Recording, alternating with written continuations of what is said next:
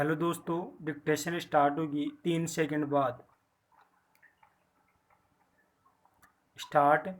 महोदय, जब हम भारत की संपदाओं और उत्पादन के उपादानों के संदर्भ में भारत की अर्थव्यवस्था की चर्चा करते हैं तो उस समय अनिवार्य रूप से उपयुक्त टेक्नोलॉजी से संबंध प्रश्न उठ खड़े होते हैं। इसके लिए कोई निश्चित उत्तर नहीं दिया जा सकता।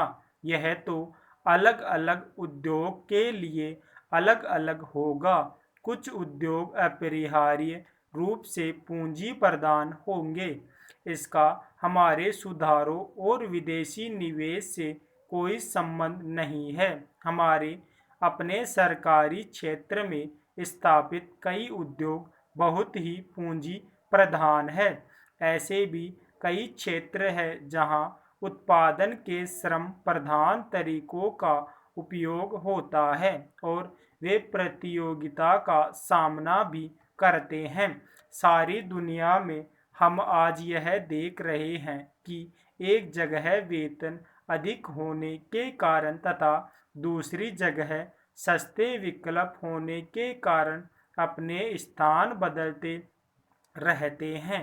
यह बात एक दूसरे से कतई भिन्न क्षेत्रों पर भी लागू होती है, जैसे वस्त्र उद्योग, चमड़े का सामान, इलेक्ट्रॉनिक्स और कई अन्य उद्योग अन्य स्थानों से आकर भारत में जो निवेश किए जा रहे हैं वे ठीक इन्हीं कारणों से किए जाते हैं और ये उद्योग बड़ी मात्रा में रोजगार प्रदान करेंगे। यह आर्थिक निर्णय लेने की स्वाभाविक प्रक्रिया का अंग होता है। ऐसा सोचना अनुभवहीनता ही कहा जाएगा कि भारत में पूंजी प्रधान उद्योगों की स्थापना लोग जानबूझकर करें, बिना इस बात पर विचार किए कि दोनों देशों में अपेक्षित मूल्य और हमारे सुस्थापित तुलनात्मक लाभ क्या है। उसी के साथ जहां पूंजी प्रदान टेक्नोलॉजियां और उच्चतर उत्पादकता तथा वेतन साथ साथ चलते हैं, उनका हमें स्वागत करना चाहिए, उन्हें टालना नहीं चाहिए। अंतिम निर्णय तो बाजार की शक्तियों पर निर्भर करेगा। पर मुझे ऐसा भी कहीं नहीं लगता कि हमारे उद्यमी निर्णय करने में किसी से कम कुशल है। तथापि यहाँ पर यह जोर देना अप्रासंगिक नहीं होगा कि टेक्नोलॉजी का चुनाव अत्यंत सावधानीपूर्वक किया जाना चाहिए।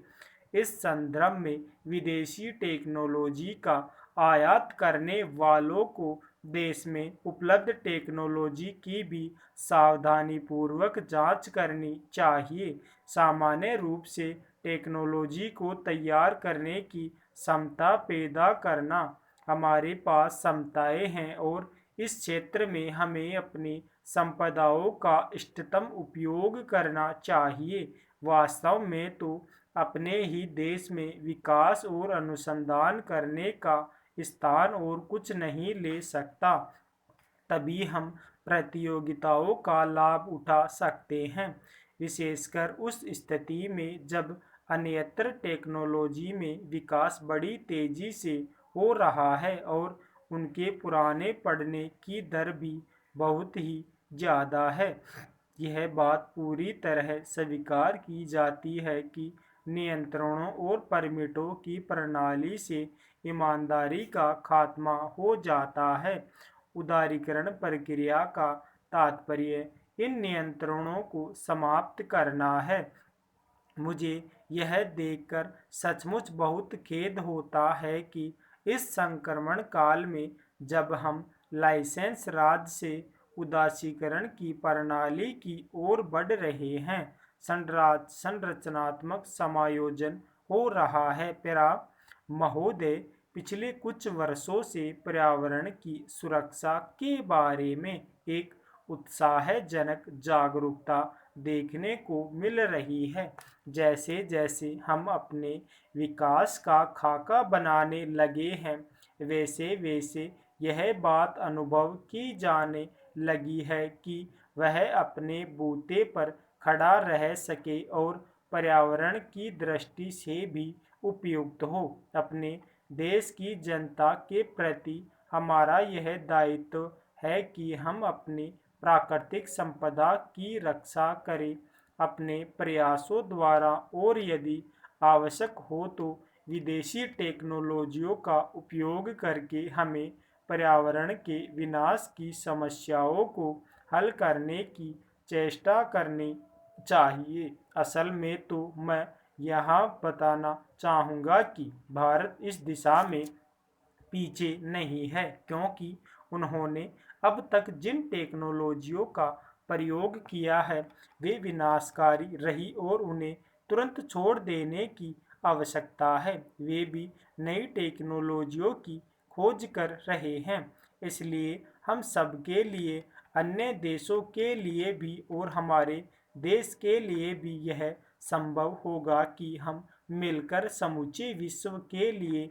इस पृथ्वी ग्रह के लिए अपना योगदान दें, ताकि मिलजुल कर सहयोग से हम पर्यावरण की रक्षा के उपाय ढूंढ सके।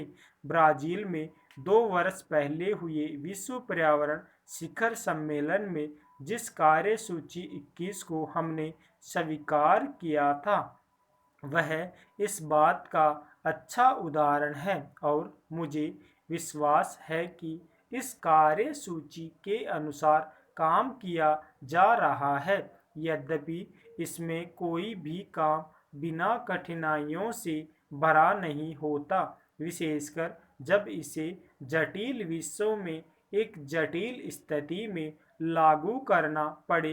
परंतु मुझे विश्वास है कि स्थिति आशाजनक है और यह आशा बढ़ती जा रही है, और जहाँ तक विश्व के पर्यावरण के भविष्य का सवाल है, वह पहले जैसा अंधकारमय नहीं है। पेरा ऐसी टेक्नोलॉजियों को अपनाना संभव होना चाहिए जिनमें पर्यावरण के बेहतर स्तर कायम हो सके, प्राकृतिक संसाधनों को संरक्षण मिल सके और व्यर्थ पड़ी चीज़ों की बेहतर व्यवस्था हो सके। पहल करने के ऐसे कई उदाहरण मिलते हैं जिनसे पर्यावरण को होने वाले खतरे को रोका जा सका है और लागत की दृष्टि से भी वे प्रभावकारी सिद्ध हुए हैं। इस बड़े चिंतनीय विषय पर विचार करते समय हम सबको मिलजुल कर प्रयास करना होगा। हमारी सांस्कृतिक परंपरा विशेष रूप से प्रकृति और पर्यावरण के प्रति मैत्रीपूर्ण रही है, इसलिए हम अपने देसी ढंग से भी इस दिशा में बहुत कुछ कर सकते हैं। मैं जानता हूँ कि सुधारों का यह मार्ग फूलों की सेज नहीं है, विशेषकर इतने बड़े आकार के एक लोकतंत्री देश में। जिस देश ने भी इस दिशा में चेष्टा की है, यह उनके लिए बड़ा दुष्कर कार्य सिद्ध हुआ है। मुझे इसके बारे में कोई भ्रम नहीं है और राजनीतिक दृष्टि से भी इस मार्ग का चुनाव करना एक कठिन कार्य था। पेरा आजकल यह एक आश्चर्य की बात है, पर बात सही है कि संसार विज्ञान में बहुत प्रगति कर रहा है, विशेषकर औषध तथा चिकित्सा के संबंध में। पिछले दो युद्ध हुए, उनमें जहां एक और अधिक से अधिक घातक यंत्र तैयार हुए, वहां दूसरी ओर औषधियों के निर्माण में इतनी उन्नति हुई कि जो बहुत से रोग पहले असाध्य समझे जाते थे, वे नियंत्रण में आ गए हैं। इससे फल यह निकलता है कि विज्ञान की प्रगति में कोई दोष नहीं। इस प्रगति से जो जैसा लाभ उठाना चाहते हैं उठा सकते हैं। स्टॉप। आशा करता हूँ डिक्टेशन आपको काफ़ी पसंद आई होगी। कृपया हमारे चैनल को लाइक और सब्सक्राइब जरूर कर लें। धन्यवाद।